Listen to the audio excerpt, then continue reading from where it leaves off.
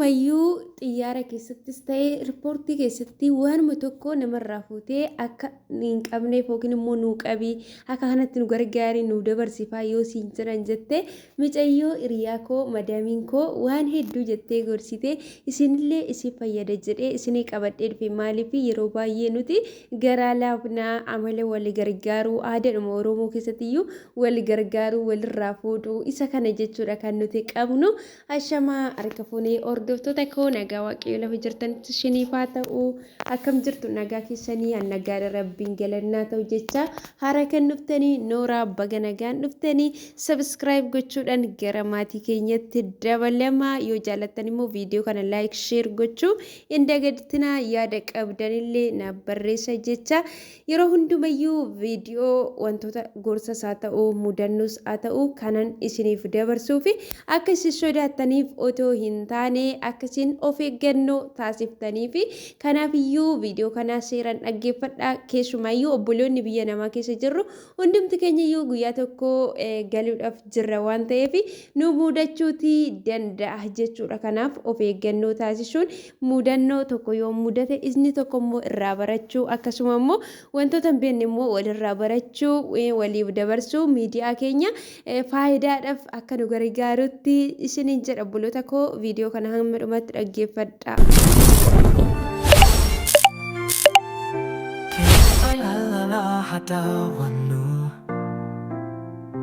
Korsas irra hafuutannu Egaa obboloota koo wanta isin fayyada jedhee yaaduu isinii qabadhee dhufe waan ta'eef iyyuu viidiyoo kana hamma dhumaatti dhaggeeffadhaa. Yeroo baay'ee ijoollonni keenya asii biyya galanii kan isaan shawwadaman kan isaan nyaatamanii hedduu isaaniitu jiru jechuudha. Kunis immoo akkamitti yoo jenne hattuun biyya keessaa fi biyya alaa miti biyyuma hunda jirti jechuudha. Keessumaa yeroo gara biyyaatti deemuudhaaf jirtanii madaamiin kiyyaa mucayyoo hiriyaa kootii jettee kan ishiin gorsite namta kittirraa waan barbaade yoo ta'e kana nuuf qabii kana nuuf dabarsi jedhanii riippoortii keessatti yoo sitti kennanii akka fuuteetoo hin darbine jedhanii itti manii akeekkachiisan jechuudha. Sababni isaayyuu wantoota qoricha nama hadochanii kan biyyarraa gara biyyaatti dhoksaadhaan dabarsanillee hin jiru jechuudha. Namoonni hedduun jireenya mataa isaanii malee jireenya ofiitiif kan namaaf yaadan hin jiru jechuudha. Namoonni hedduun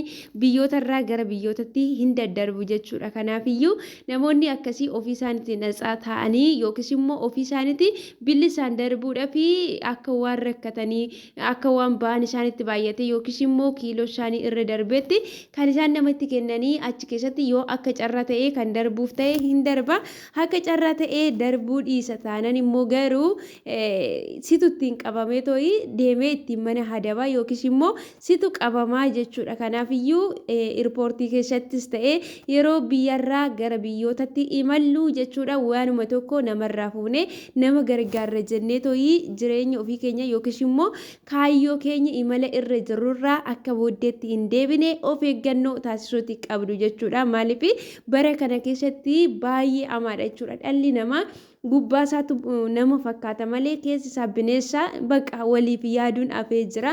Ofiidhuma isaati jireenya mataa isaa jiraachuu barbaada waan ta'eef iyyuu akkasuma immoo asii jechuudha gara biyyaatti gaafa galtanii qorichoota adda addaatiin kan nama hadochaa jiran jechuudha. Akkamitti jechuuti dandeessu nagaa nama gaafachuudhaan kallattii garaagaraatiin ijoollonni keenya yeroo hedduu jechuudha namni biyya galee jechuudha bilbila isaa fudhatee gara biyya arabaatti deebi'ee nama lakkoofsa hin guunne jechuudha. Ani waaqayyoof haa galatu anillee mudannoon akkasii na mudatee ture jechuudha. Bilbila koo na harkaa butanii fiiguudha hamma xiqqootti jechuudha. Waaqayyo na baase siniin jedha. Namoonni hedduun immoo bilbila kan sin harkaa butanii maallaqa qabdanillee jechuudha qorichaan isin tuqanii taaskii keessattis haa ta'u Itoophiyaa galtanii kan ofii keessanii fuutanii itti kennitanillee hedduu keessattuu jirtu jechuudha. Namoonni ani beekuyyuu nama hedduudha.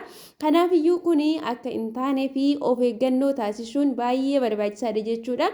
Namuma kamiyyuu jechuudha nama hin beekne tokko bakka waan tokko illee sin gargaara yoo jedhe taaskii keessatti yookiis immoo nagaa sin gaafachuudhaaf yoo isinitti deeme calliftaniituma jechuudha harka fuudhuudhaaf yookiis immoo nagaa gaafachuudhaaf akka ittiin deemne isin akeekkachiisa jechuudha. Alaalumatti wanta jiru wajjin dubbachuullee akka dandeessanii ittaasee immoo waaqayyo uumaa keessan akka akkuma amantii keessanitti ofuun dura buusaa dafqi keessan akka namatti hin darbine kan namallee akka isinitti hin darbine isiniin jechuuti barbaada.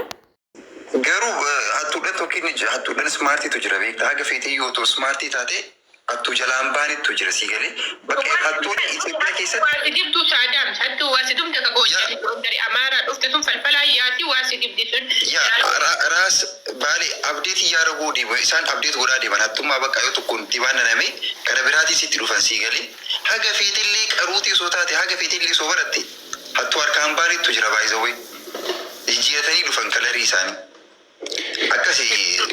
Hanni kuni yoo amma hanna ijoolleen biyya alaatti isin fayyadaa caqasa nuti nama waan kana waggaa baay'ee eksperiyansii itti qabnu hanni jijjiirama waggaa lama sadii ayinanni isaa.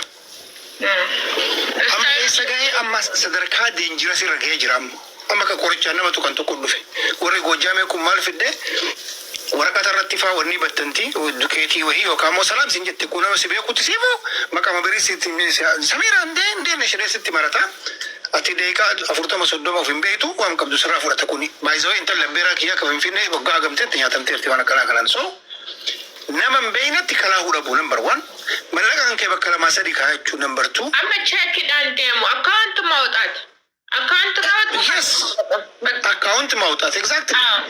Wanni si nama sirraa argattu warqii maafi yookaan moobaayilaa kanumaan hin argattu amma gaafa gabboolee gabboolee maal godhe jechuun ani yookaan haa ta'u nan dandeettu yoo ba'an chaalenjii yuun godha baay'ee nam tokko jum garuu haa ta'u wayita gabboolee birrii baasee ka shaantaa warra si dhiibu kanatti ishuudhaan qabadhee itti kenna ምንድነው ጋሽ ናን ጀናንን ደግሞ ማጂክ የሚባል ቅራቅም ቦካ ጎጃም ይዛችሁ መጣችኋል ተብሎ አልተሰማ ቤካ ጅራናን ልቤካ ጃን ኮልፊቴ ወልጌቴ እና በከገት ሆቴል ተለት ይሹን ከበደ ይትከን ቤካ ጎላንሰን ነጡ ቀኔን ወከና ሶንተህን ቆርቀቢ ወንጀራ ሙጅራ በከገት ዋን ደበርስቱ ጅራ ዳም ሰውይ ሮቤት እንገሬ ሙጫቶ ኮ ኤኑ መቃሊ ሳዳበታን ሲብረ ባና ወተን ሲብረ በሄተር እንገርቱ በር ኤኑ መሮቤ ከሰ ባይጅራ በርሱን ያ amma qabxitti deebine qabxii hannaa tana akkasuma awweerrasii nama kennu miskiina kana dhiifne maaliin jarri tun nu tarte nu maaliin jara hanqanne rakkoon kenna maalirraa xiqqoo deeqaa takka lamaa isa barbaada.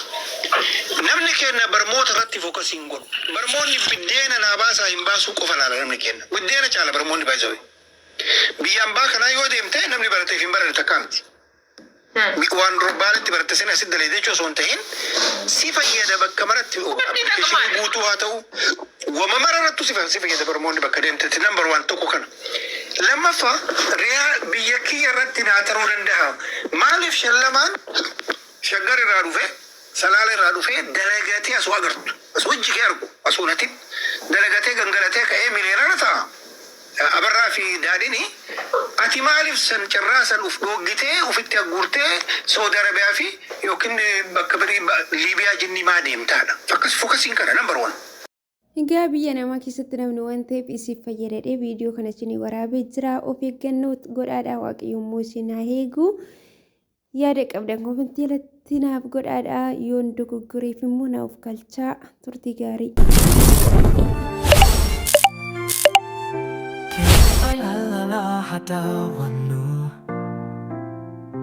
Korsas irra hafut hanu